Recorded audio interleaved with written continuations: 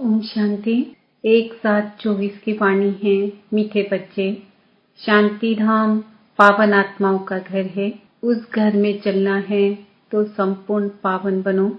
प्रश्न, बाप सभी बच्चों से कौन सी गारंटी करते हैं? उत्तर, मीठे बच्चे, तुम मुझे याद करो तो मैं गारंटी करता हूँ कि बिगर सजा खाए तुम मेरे घर में चलेंगे। तुम एक बाप से दिल लगाओ, इस पुरानी दुनिया को देखते भी नहीं देखो। इस दुनिया में रहते पवित्र बनकर दिखाओ तो बाबा तुम्हें विश्व की बादशाही अवश्य देंगे। ओम शांति। रूहानी बच्चों से रूहानी बाप पूछ रहे हैं। यह तो बच्चे जानते हैं बाप आया है हम बच्चों को अपने घर ले जाने के लिए। अब घर जाने की देर होती है। वह है सब आत्माओं का घर। यहाँ सब जीव आत्माओं का घर एक नहीं है। यह तो समझते हो बाप आया हुआ है, निमंत्रण पर बुलाया है बाप को। हमको घर अर्थात शांति धाम ले चलो। अब बाप कहते हैं अपने दिल से पूछो, हे आत्माएं, तुम पति कैसे चल सकेंगी? पावन तो जरूर बनना है। अब घर चलना है और तो कोई बात नहीं कहते। भक्ति मार्ग में तुमने इतना समय पुरुषार्थ किया है, किसके लिए? मुक्ति के लिए। तो अब बाप पूछते हैं घर चलने का विचार है? बच्चे कहते हैं बाबा, इसके लिए ही तो इतनी भक्ति की है। यह भी जानते हो जो भी जीव आत्माएं हैं सबको ले जाना है, परंतु पवित्र बनकर घर जाना है। फिर पवित्र आत्माएं ही पहले पहले आती है और पवित्र आत्माएं तो घर में रह नहीं सकती।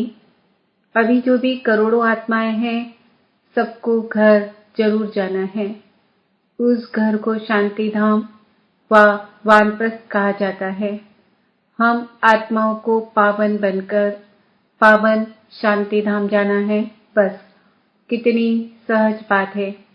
वह है पावन शांति धाम आत्माओं का। वह है पावन सुख धाम जीव आत्माओं का। यह है पतित दुख धाम जीव आत्माओं का। इसमें मुझने की तो बात ही नहीं। शांति धाम जहाँ सब पवित्र आत्माएं निवास करती है, वह है आत्माओं की पवित्र दुनिया, वाइसलेस इनकॉर्पोरियल वर्ल्ड। यह पुरानी दुनिया है सब जीव आत्माओं की। सब पतित हैं। अब बाप आए हैं आत्माओं को पावन बनाकर पावन दुनिया शांति धाम में ले जाने। फिर जो राजयोग सीखते हैं वही पावन सुख धाम में आएंगे। यह तो बहुत सहज है। इसमें कोई भी बात का विचार नहीं करना है, बुद्धि से समझना है। हम आत्माओं का बाप आया हुआ है हमको पावन शांति धाम में ले जाने। वहां जाने का रास्ता जो हम भूल गए थे, सो अब बाप ने बताया है। कल्प कल्प मैं ऐसे ही आकर कहता हूँ, हे बच्चे, मुझ शिव बाबा को याद करो। सर्व का सद्गति दाता एक सद्गुरु है। वही आकर बच्चों को पैगाम अथवा श्रीमत देते हैं कि बच्चों अभी तुमको क्या करना है। आधा कल्प तुमने बहुत भक्ति की है, दुख उठाया है, खर्चा करते करते कंगाल बन गए हो।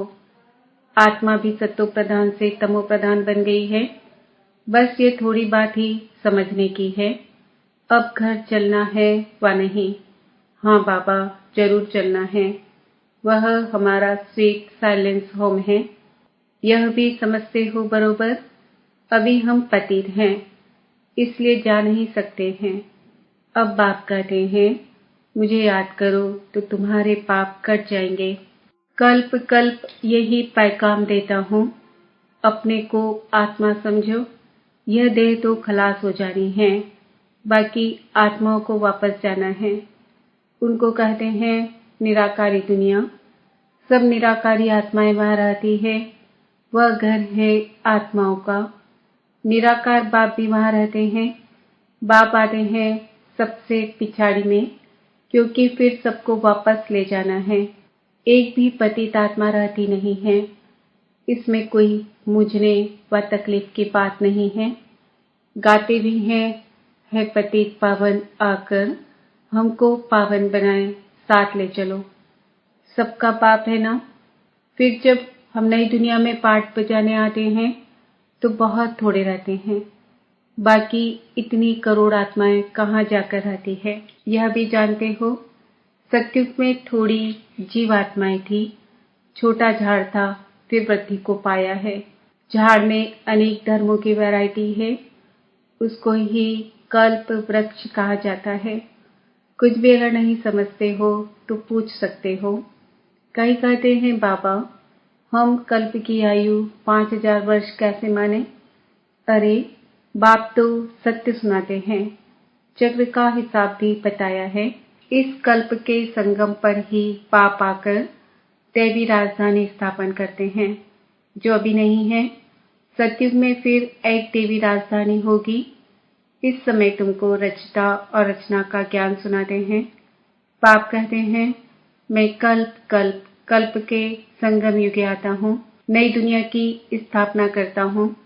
पुरानी दुनिया खत्म हो जानी है। ड्रामा प्लान अनुसार नई से पुरानी, पुरानी से नई बनती है। इसके 4 भाग भी पूरे हैं, जिसको स्वास्तिका भी कहते हैं, परंतु समझते कुछ भी नहीं है। भक्ति मार्ग में तो जैसे गुड़ियों का खेल खेलते रहते हैं। अथाह चित्र हैं, दीपमाला पर खास दुकान निकालते हैं, अनेकानेक चित्र हैं। अभी तुम समझ गए हो। एक है शिव बाबा और हम बच्चे। फिर यहाँ आओ तो लक्ष्मी नारायण का राज्य, फिर राम सीता का राज्य, फिर बाद में और धर्म आते हैं, जिससे तुम बच्चों का कनेक्शन ही नहीं है। वह अपने अपने समय पर आते हैं, फिर सबको वापस जाना है। तुम बच्चों को भी अब घर जाना है। यह सारी दुनिया विनाश होनी है। अब इसमें क्या रहना है। इस दुनिया से दिल ही नहीं लगती। दिल लगानी है एक माशूक से। वह कहते हैं मुझ एक के साथ दिल लगाओ तो तुम पावन बनेंगे। अब बहुत गई, थोड़ी रही। टाइम जाता रहता है। योग में नहीं रहे होंगे तो फिर अंत में वह बहुत पश्चाताप करेंगे, सजा खाएंगे, पद भी भ्रष्ट हो जाएगा। यह भी तुमको अभी मालूम पड़ा है कि अपना घर छोड़े हमको कितना समय हुआ है। घर जाने के लिए ही तो माथा मारते हैं ना। बाप भी घर में ही मिलेगा, सतयुग में तो नहीं मिलेगा। मुक्ति धाम में जाने के लिए मनुष्य कितनी मेहनत करते हैं, उसको कहा जाता है भक्ति मार्ग। अभी भक्ति मार्ग खलास होना है ड्रामानुसार। अभी मैं तुमको घर ले जाने के लिए आया हूँ। जरूर ले जाऊंगा। जितना जो पावन बनेंगे उतना ऊंच पद पाएंगे। इसमें मुझने की बात ही नहीं। बाप कहते हैं बच्चे तुम मुझे याद करो, मैं गारंटी करता हूँ तुम बेकर सजा खाए घर चले जाएंगे।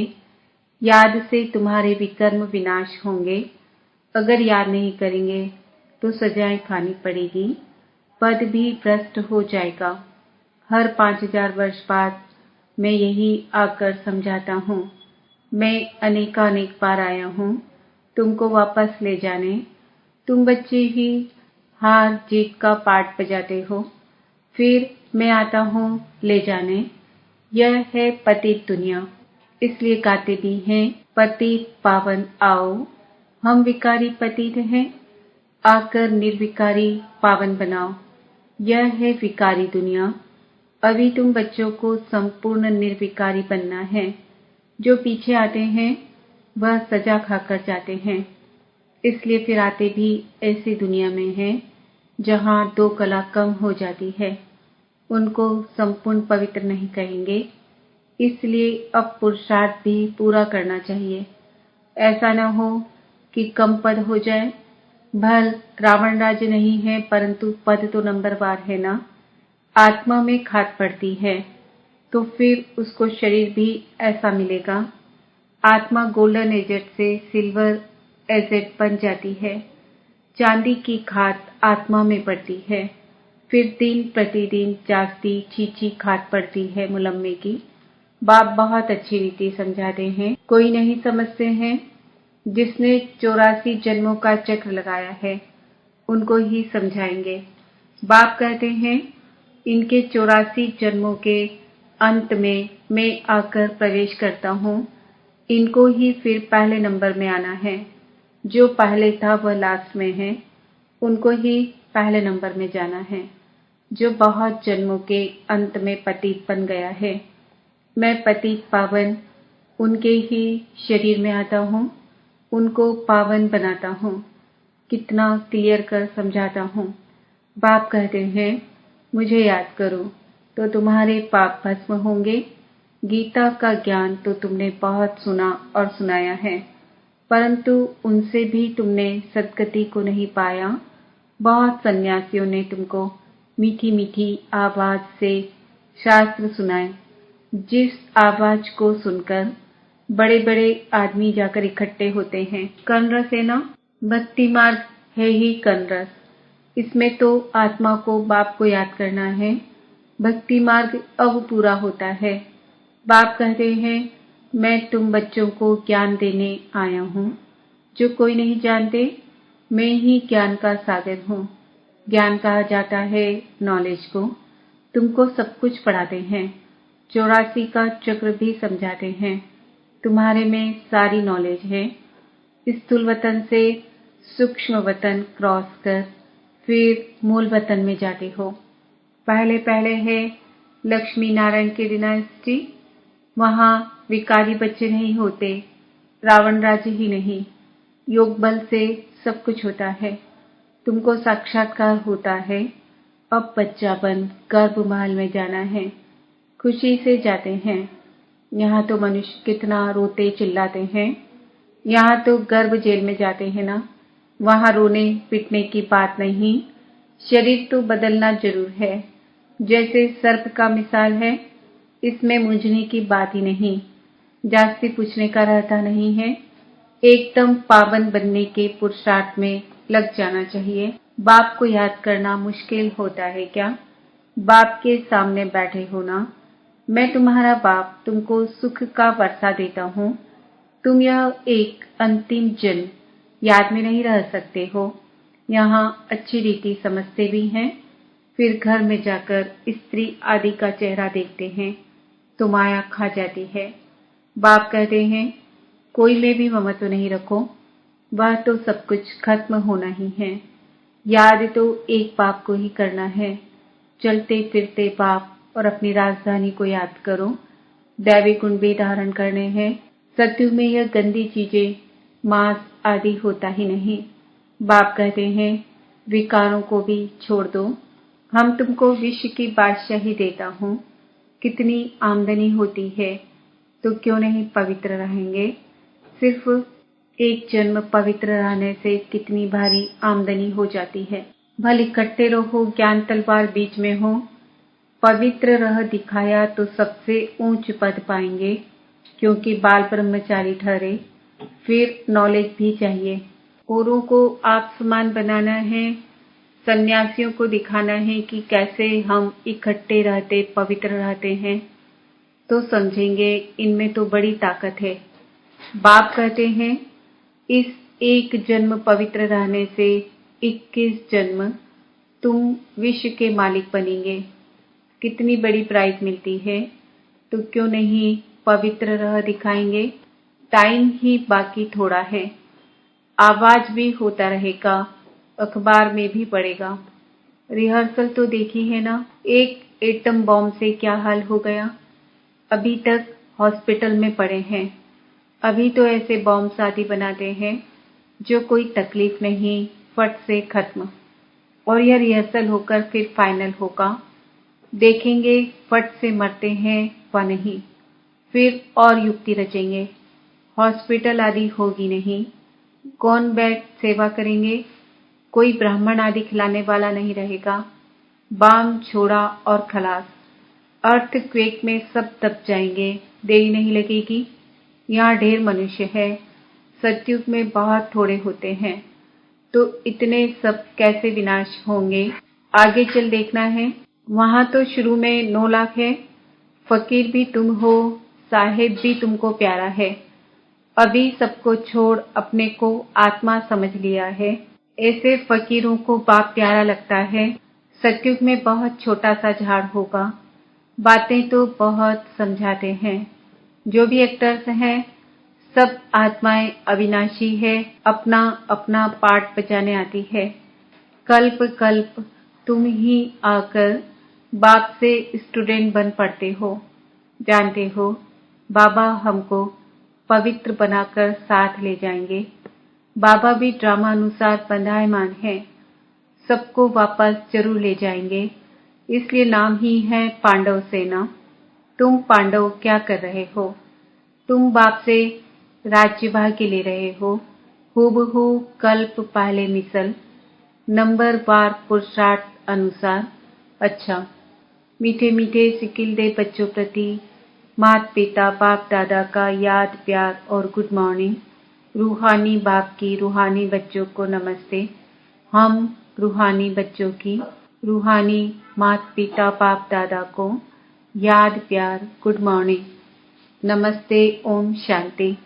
धारणा के लिए मुख्य सार, बाप का प्यारा बनने के लिए पूरा फकीर बनना है। देह को भी भूल स्वयं को आत्मा समझना ही फकीर बनना है। बाप से बड़े से बड़ी प्राइज लेने के लिए संपूर्ण पावन बनकर दिखाना है। वापस घर जाना है, इसलिए पुरानी दुनिया से दिल नहीं लगानी है, एक माशुक से ही दिल लगानी है। बाप और राजधानी को याद करना है।